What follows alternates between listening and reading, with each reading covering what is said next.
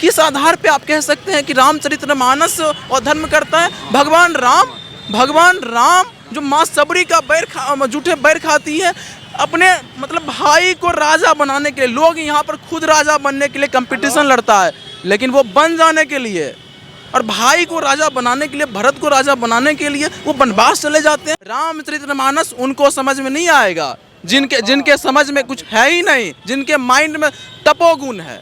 रामचरितमानस समाज का दर्पण है, हम समाज से जीते हैं, वो जीने का एक रास्ता है रामचरितमानस। ढोल गवार शूद्र पशु नारी सकल तारना के अधिकारी, उनको मालूम नहीं इसका मतलब क्या हुआ। ये ढोल है, गवार है, शूद्र है, पशु नार नहीं, सकल तारना का मतलब इसको निगरानी किया जाए, ये नहीं कि उसको पीटा जाए।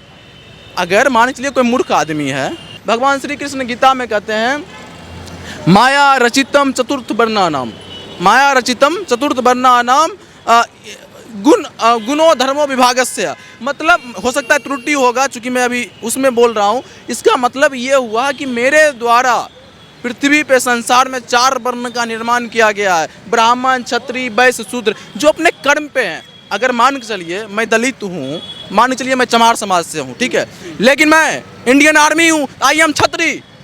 अगर मैं ब्राह्मण हूँ, मैं जूता का काम कर रहा हूँ, आई एम शूद्र, मैं शूद्र हूँ, मैं शूद्र का काम कर रहा हूँ।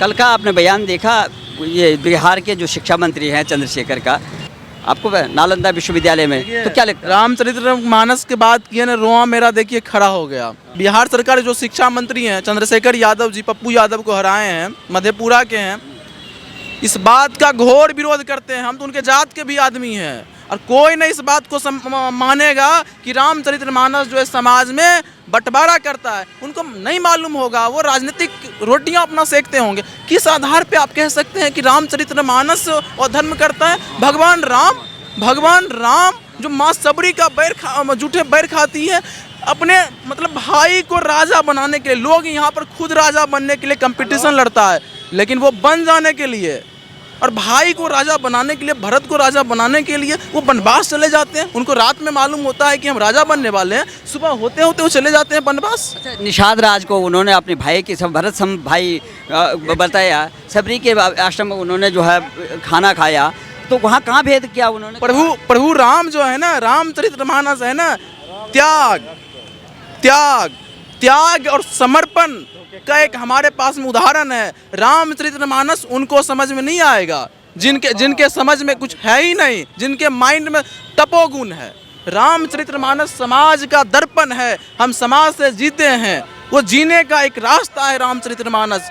देखिए हर एक इंसान में ना कुछ गुण भी होता है, कुछ अवगुण भी होता है। जो अवगुणी इंसान होते हैं ना, उनको हमेशा बुराइयां ही नजर आता है, अच्छाई भी अगर होता है ना तो उनको बुराई ही नजर आता है। उन्होंने जो कोट पढ़ा था, वो उसमें गरुड़ जी के साथ में डिस्कस कर रहे थे रामचरितमानस का जो आरण्य कांड है, और उन्होंने उत्तराखंड के बारे में जो डिफेंस की है, और उन्होंने सुंदरकांड के बारे में कहा, ढोल गवार शूद्र पशु नारी सकल तारना के अधिकारी। उनको मालूम नहीं इसका मतलब क्या हुआ। ये ढोल है, गवार है, शूद्र है, पशु नार नहीं, सकल तारना का मतलब इसको निगरानी किया जाए, ये नहीं कि उसको पीटा जाए। अगर मान चलिए कोई मूर्ख आदमी है, उसको क्या चाहिए? हम समाज में शिक्षित लोग हैं, उसको कैसे समाज के मुख्य धारा से लेके चलें। शिक्षा मंत्री और दीक्षांत समारोह में क्या प्रोग्रेस देंगे, क्या बच्चों को पढ़ाएंगे, और जो यूथ तैयार हो रहा है, जो भारत का भविष्य तैयार हो रहा है, उसके मन में क्या विचार जाएंगे? देखिए आज के डेट में ना, भारत के अंदर मेरा व्यक्तिगत मानना है, भारत में जो एक फूट डालो, भारत के समाज में विभाजन के लिए एक आउट ऑफ कंट्री से इन्वेस्ट होता है, मनी होता है कि समाज को कैसे तोड़ा जाए, समझ रहे हैं ना। उसी के संकल्प में आज कुछ लोग देखते होंगे भगवान राम को गाली देता है, भगवान कृष्ण को गाली देता है, हिंदू धर्म के बारे में गाली देता है, ब्राह्मण के बारे में गाली देता है। अरे भाई, ये हम ब्राह्मण नहीं हैं, हम ब्राह्मण को सम्मान करते हैं। मुझे एक चीज़ बताइए, ब्राह्मण को किस लिए आप गाली देंगे? उनका क्या दोष है? ब्राह्मण का मतलब ही क्या हुआ? हम झाल लगा लिए हैं, हम पंडित कुल में जन्म ले लिया तो हम दोनों ब्राह्मण हो जाएंगे। भगवान श्री कृष्ण गीता में कहते हैं माया रचितम चतुर्थ वर्णानाम, माया रचितम चतुर्थ वर्णानाम गुणो धर्मो विभागस्य, मतलब हो सकता है त्रुटि होगा, चूंकि मैं अभी उसमें बोल रहा हूँ। इसका मतलब ये हुआ कि मेरे द्वारा पृथ्वी पे संसार में 4 वर्ण का निर्माण किया गया है, ब्राह्मण, क्षत्रिय, वैश्य, शूद्र, जो अपने कर्म पे हैं। अगर मान के चलिए मैं दलित हूँ, मान के चलिए मैं चमार समाज से हूँ, ठीक है, लेकिन मैं इंडियन आर्मी हूँ, आई एम क्षत्रिय। अगर मैं ब्राह्मण हूँ, मैं जूता का काम कर रहा हूँ, आई एम शूद्र, मैं शूद्र हूँ, मैं शूद्र का काम कर रहा हूँ। कर्म के आधार पे, कर्म के आधार पे, गुण एंड कर्म, quality and your work, it is depend on. आप ब्राह्मण से बिलोंग करोगे, क्षत्रिय से बिलोंग करोगे, वैश्य से, कर्म कर्म कर्म के आधार पे। तो क्यों नहीं समझ पाते हैं नीतीश कुमार जी सुशासन बाबू हैं और प्रधानमंत्री की जो लॉबिंग कर रहे हैं, उनको पता नहीं है कि इससे क्या वो प्रधानमंत्री बन सकते हैं, देश का नेतृत्व तो संभाल सकते देखिए, आप भगवान राम का कृपा, जिन पर कृपा राम करे वो पत्थर भी डर जाते हैं। मैं देखिए भारतीय जनता पार्टी के समर्थन नहीं हूँ, लेकिन प्रभु राम का विशेष कृपा हुआ, एक सन्यासी योगी आदित्यनाथ उत्तर प्रदेश के मुख्यमंत्री बन गए। भगवान राम के नाम के कृपा के ही नरेंद्र मोदी जी भारत के प्रधानमंत्री हैं। कोई भी जीवन में सफल होता है, एक ईश्वर और देवी का एक विशेष कृपा होता है। आप ईश्वर जिन्होंने तीनों लोगों के स्वामी जो सृष्टि का निर्माण किया हो, आप उनको गाली देकर कैसे आप आगे जा सकते हैं? अच्छी बात है कि सनातन धर्म और ईश्वर के चरणों, श्री चरणों में आए हैं, कुछ सीख रहे हैं। कम से कम इतना तो समझ में आ रहा है, तपस्या, पुजार, ये सब बातें तो समझ में आ रहा है। यही शुभकामना है कि कम से कम कुछ तो जान रहे हैं ना। इसमें अभी चाइना के साथ क्या, जिस तरह से देखा चाइना के साथ जो है कूटनीतिक वार्ता चलती है, दूसरी तरफ जो है बॉर्डर से वो इस तरह से छेड़खानी करते हैं, हमारे जो है जवान उनको खदेड़ते हैं। एक संधि है कि हम वहाँ पर फाइटिंग माने वेपन से नहीं कर सकते हैं, लाठी डंडे से जो है एक समझौता हो रखा, लेकिन उसका भी जो है पालन नहीं करते हैं और हमारे जवान जो है उनको धकेलते हैं। राहुल गांधी कहते हैं हमारे जवान पिट रहे हैं, और तमाम इंफ्रास्ट्रक्चर जो डेवलपमेंट हुआ है चाइना बॉर्डर पे, उसको किस तरह से देखते हैं आप आज के? बिल्कुल आपने सही कहा। चाइना और भारत और चाइना के जो बॉर्डर है ना, काफ़ी बहुत लंबा चौड़ा बॉर्डर है। चाइना, मैंने पहले भी कहा कि चाइना हमारा सबसे बड़ा दुश्मन है, सबसे बड़ा जो हमारा कंपिटिटर है, चाहे वो इकोनॉमिक हो या डिफेंस में हो या एजुकेशन में हो, किसी भी तरह से वो हमारा है।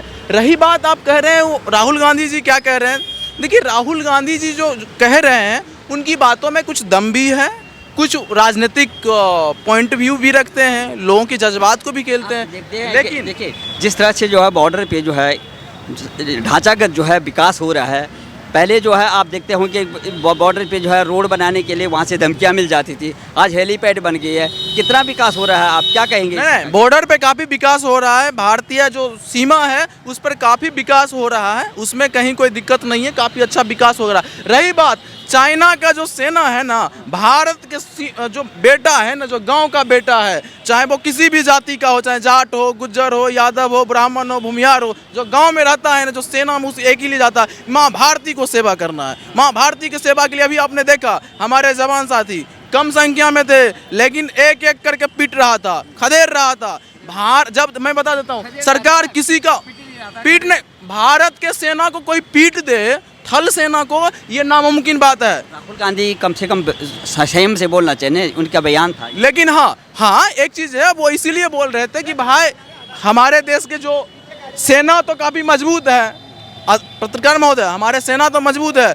जिस तरह से हमारे नरेंद्र मोदी जी, हमारे जो आज की गवर्नमेंट है, कहते हैं 56 इंच का सीना, तो हम लोग का कहना है कि आप 56 इंच का सीना बनाए रखिए पॉलिटिकल, ठीक है, कूटनीतिक रूप से, और भारत का सेना माँ भारती के 1 इंच जो जमी है ना, उसे पीछे नहीं हट सकता, क्योंकि ये इसके खून में, इसके डीएनए में माँ भारती की सेवा कैसे किया जाए, ये वीर सपूत है।